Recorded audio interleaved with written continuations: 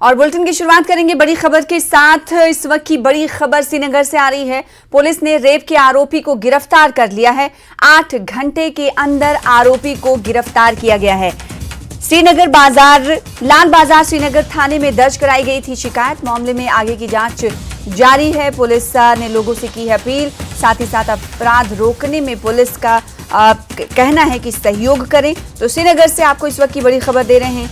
8 घंटे के अंदर आरोपी को गिरफ्तार कर लिया गया है। पुलिस ने रेप के आरोपी को गिरफ्तार किया है। लाल बाजार श्रीनगर थाने में दर्ज कराई गई थी शिकायत, जिसके बाद पुलिस ने महज 8 घंटे के अंदर आरोपी को गिरफ्तार कर लिया है, जो कि संजीदगी या गंभीरता पुलिस की भी देखी जा सकती है। और इसके साथ ही अपराध रोकने में पुलिस ने सहयोग करने का भी लोगों से साथ मांगा है। और दूसरी बड़ी खबर का रुख कर लेते हैं, जो कि पुंछ से इस वक्त आ रही। पुलिस चौकी पोशाना इलाके में भूस्खलन हुआ है। मुगल रोड पर यह लैंडस्लाइड हुआ है। सड़क जाम की स्थिति पैदा हो गई है। मुगल रोड वाहनों की आवाजाही के लिए यानी यातायात के लिए अभी बंद है। फिलहाल मलबा हटाने का काम इस वक्त जारी है। तो इस वक्त की बड़ी खबर आपको पुंछ से दे रहे हैं। पुलिस चौकी पोशाना इलाके में लैंडस्लाइड की खबर है।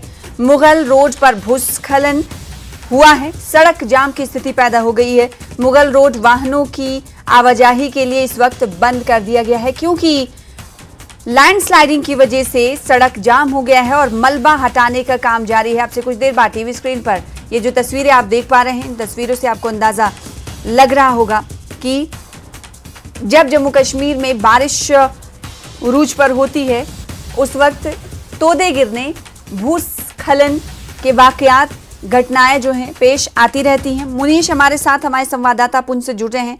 मुनीश, ये बताइएगा कितना वक्त बीत चुका कि ये भूस्खलन हुआ और अभी जैसा कि मलबा हटाने का काम जारी है, क्या पेशरफ्त है इसमें? मुनीश से हम जुड़ने की कोशिश करेंगे। इस वक्त हमारे साथ उनका संपर्क टूट चुका है। पुंछ से एक बार फिर से आपको बड़ी खबर देते हुए बता दें कि ये खबर जो आपको दे रहे हैं पुंछ से, ये पुलिस चौकी पोशाना इलाके की है, जहां पर लैंडस्लाइडिंग का वाकया पेश आया है। मुगल रोड पर भूस्खलन हुआ है, जिसके बाद सड़क जाम की स्थिति पैदा हो गई है। मुगल रोड पर वाहनों की आवाजाही को बंद कर दिया गया है। साथ ही मलबा हटाने का काम जारी है। ये मलबा कितनी देर में हटेगा, ये हम जानने की कोशिश करेंगे अपने संवाददाता से। साथ ही सवाल ये कि जो लोग अभी मुगल रोड पर खड़े हुए हैं, यातायात पूरी तरीके से प्रभावित है, तो लोगों को दिक्कतों का भी सामना करना पड़ रहा होगा।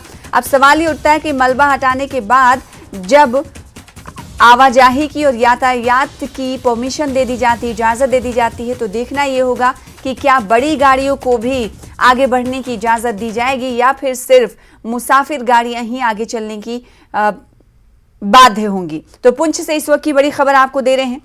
मुनीश हमारे साथ एक बार फिर से जुड़ चुके हैं। मुनीश, ये भूस्खलन कब हुआ और कितना वक्त बीत चुका है कि मलबा अभी तक हटाया जा रहा है और अभी इसमें कामयाबी नहीं मिल पाई है पूरी तरह से?